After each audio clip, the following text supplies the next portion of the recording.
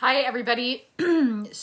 I'm wrapping up this week in terms of talking about vestibular function, but I did want to do a run through of what are some signs and causes of poor vestibular function, which if you've been following me for the last few weeks, you know will play a role with ADHD, a lot of reading difficulties, visual processing, if your child's fidgety, and even emotional regulation. So it is really important that we address this as it is a root cause, and it also helps us to understand that this is not a lot of the difficulties related to poor vestibular function. It suddenly becomes clear that they're not some mysterious thing, that there's a very concrete reason why this is happening. So Alana's son, who I was working with when she came to me, said, from the time he was really young, the teachers would comment and say, he's a daydreamer. His head's always in the clouds. And she had kind of noticed this at home, but not as much because they were a really active family. And, this boy loved being active and so forth. So he's not, sitting somewhere daydreaming. And one of the reasons that her son Reed had such a hard time focusing and was a daydreamer is upon testing him, he had really weak vestibular function. And so when the vestibular system is weak to begin with, and even when we're not moving for a while, like if you've, been sitting in a meeting for hours, sometimes we go to these like day-long workshops and so forth, the brain becomes sluggish the less that the vestibular system is being stimulated. What stimulates the vestibular system is movement. So these kids move in order to stay focused and alert. However, if we're teaching them to, stay still and sit still, or they're trying to, fit in and not be moving around, or they can't move around, then what's going to happen is their brain is going to become more sluggish and have a harder time staying alert and focused. And this is why it's really important for all of us to have movement breaks as adults, and to have movement breaks integrated into the classroom setting, school setting, all of that type of stuff, because this keeps the brain alert. So yes, it's good for everybody, but with kids who have a weak vestibular function, this just really, really throws it off. It makes it a lot worse. So movement of the sensory system is connected to the area of the brain that helps to keep us alert. So this is often why, kids who already have an underdeveloped vestibular system, and then they're sitting in class for hours, sometimes 6 hours a day, and then sitting on bus rides and sitting elsewhere and so forth, are going to have brains that are just not as alert and are more sluggish and kind of just tune out and so forth. So the idea is that the brain needs movement, but we also need to develop that vestibular system if it is weak in a child, so that they can sit for longer periods of time and stay alert like their peers are able to do. So you might know that your child already has poor vestibular function, which I'm going to go through the signs in a couple of seconds, but it's also important to know, this was a huge eye-opener for me with my daughter. Mornings used to be an absolute nightmare. So if mornings are an absolute nightmare for you, then definitely look into vestibular function. There are definitely other reasons, but you definitely want to look into this because the vestibular system needs stimulation, right? It needs that movement in order to get it going and to get the brain alert and so forth. And kids who already have an underdeveloped vestibular system are already vulnerable to this. And then they're sleeping all night and their vestibular system is understimulated. And then they get up in the morning and they feel groggy and they feel irritable. And with my daughter, it was like terrible sensory processing issues in the morning. We were always wondering, why are her sensory processing issues so much worse in the morning compared to the afternoon or the evening? Definitely she had them, but never as bad as the morning. And the answer was always, well, she's just stressed, or maybe you're stressing her out in the morning, which was like, oh my goodness, right? Talk about mama guilt. So if we can incorporate movement in the morning with these kids as a crutch until we develop that vestibular system, or as part of developing that vestibular system, we can help to recalibrate their brain to get them more alert. So one thing we started doing whenever we learned about this was we had my daughter doing her brain exercises in the morning before she got dressed, and this would really help to reset her and get her in a better place on a brain level so that she wasn't as sensitive to her clothing and so forth. So possible causes for poor vestibular function. I'm going to go through that a little, briefly. Keep in mind, I always say this, no mama guilt allowed. My daughter had poor vestibular function for a lot of reasons, and we're going through it only so that we can look at identifying some of the possible triggers and what we need to address. Not because this is your fault, not because you should blame yourself for anything. So one of the causes is injury. So that could be injury like a head injury when they were an infant. It could be because they had a traumatic birth. So any kind of injury, and I want to add on to that, which is connected to what I'm going to say next, is inflammation. Injury isn't just like, a bang to the head or something, or falling off something or whatever. It could also be injury as in chemical toxicity. It could be heavy metal exposure. Any kind of injury or assault on the nervous system and the brain can throw systems off in the brain. So inflammation, I'm mentioning that because that's becoming more and more common, and even the research is showing, right, that kids with autism and ADHD have inflamed brains, but kids with PANS and PANDAS, which a lot of our kids do have, and I see so many parents, their kids has that, and it's just undiagnosed. So inflammation is a huge factor as well. So the other big thing that I see is insufficient motor development or tummy time.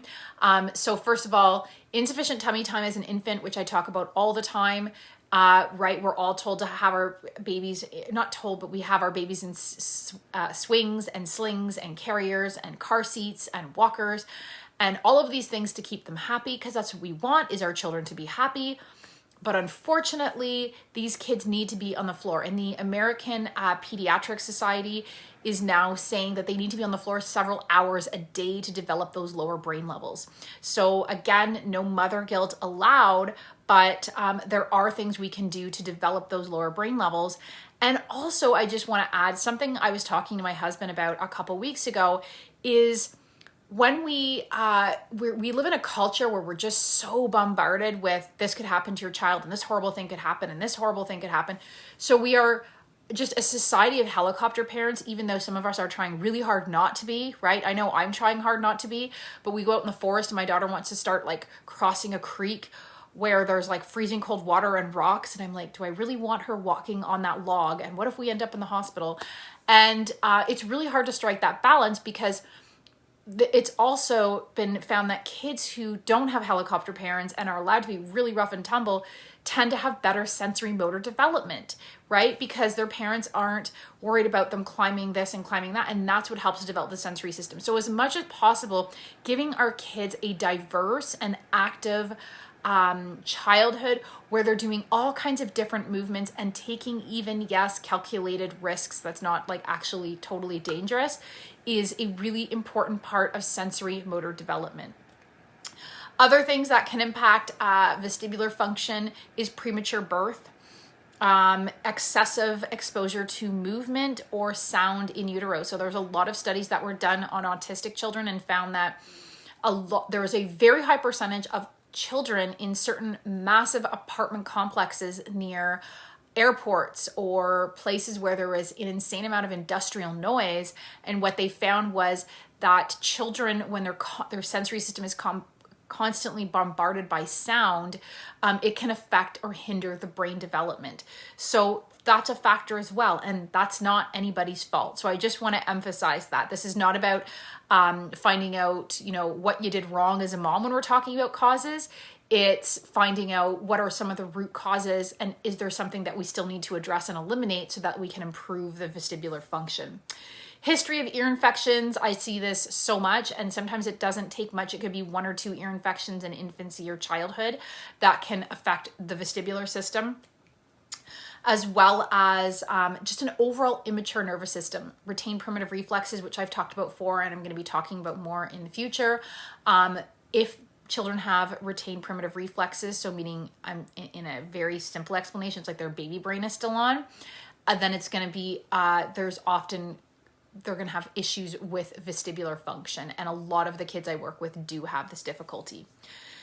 So Before I talk about signs of poor vestibular function, so that you can kind of see if that's possibly a factor with your child, keep in mind that underactive, or children can have an underactive or overactive vestibular system. So whenever I say it's weak, it doesn't always mean that it's underactive. It could mean that it's overdeveloped and that's causing problems as well. So no pun intended when I say it's all about balance with the vestibular system. So an underactive vestibular system will result in a child who is more likely to seek movement, will be the kid who's spinning and rocking and might even be the daredevil. They just really crave that stimulation. Whereas if it's overactive, then these are the kids I was talking about last week with gravitational insecurity who avoid movement. They might be more prone to anxiety. They might avoid sports. They might seem like a kid who's avoidant and just wants to sit there and, do their own thing, like whether it's gaming or reading books or whatever their thing is. And they also are more likely to complain of being nauseous. Now, again, it really depends, and there's obviously only an assessment can really determine what is going on, but those are some general clues of if it could be overactive or underactive. And then general signs of vestibular dysfunction are if your child has a hard time with balance, hard time riding a bicycle, just generally uncoordinated, clumsy maybe with certain things, but could be good with sports, but clumsy, possibly more difficulties with fine motor skills. Do they have poor balance and poor balance and coordination, poor focus and attention? I mentioned motion sickness. So, are they seeking excessive movement? Are they avoiding excessive movement? And again, wanting to rock and spin and so forth. Other clues with academics is poor handwriting, even reading difficulties, particularly visual processing issues like letter reversals, completing the words aren't moving, losing their place easily. It could be even poor art skills. Needing to move to focus. So I talked about this early on, right? They can't sit still and pay attention. They either can sit still or pay attention. So if you didn't check that one out, very, very interesting. Why we should never tell our children to sit still and pay attention, because if our kids are moving, sometimes that's the only way they can concentrate, and that often means their lower brain levels are underdeveloped. They might have poor auditory processing, and they might be the kids who often complain of being dizzy and so forth.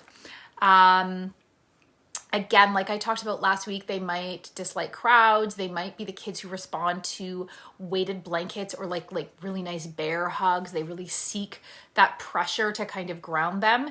And another clue too, again, to go back to the visual processing issues, is they might have difficulty copying things from the board. So these are all signs, and there's even a longer list of indications that your child has poor vestibular function. And if that is weak, remember I talked about a few weeks ago, there's the motor system, there's the vestibular system, they work together.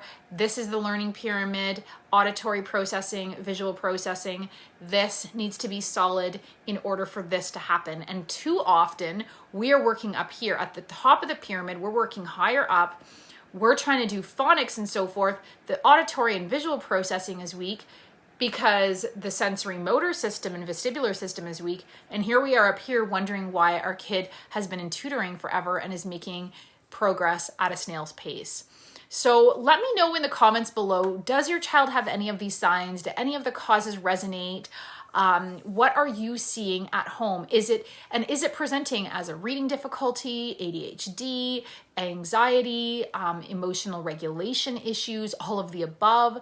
Let us know in the comments below, what does it look like for you, and what are you seeing, and even what have you tried? And as I mentioned before, if I can give you some simple at-home suggestions, exercising those core muscles, so like the Superman is a great place to start, or look for core muscle exercises, modifications, if that one is too hard for your child, because some children, their core is so weak, it's unbelievable.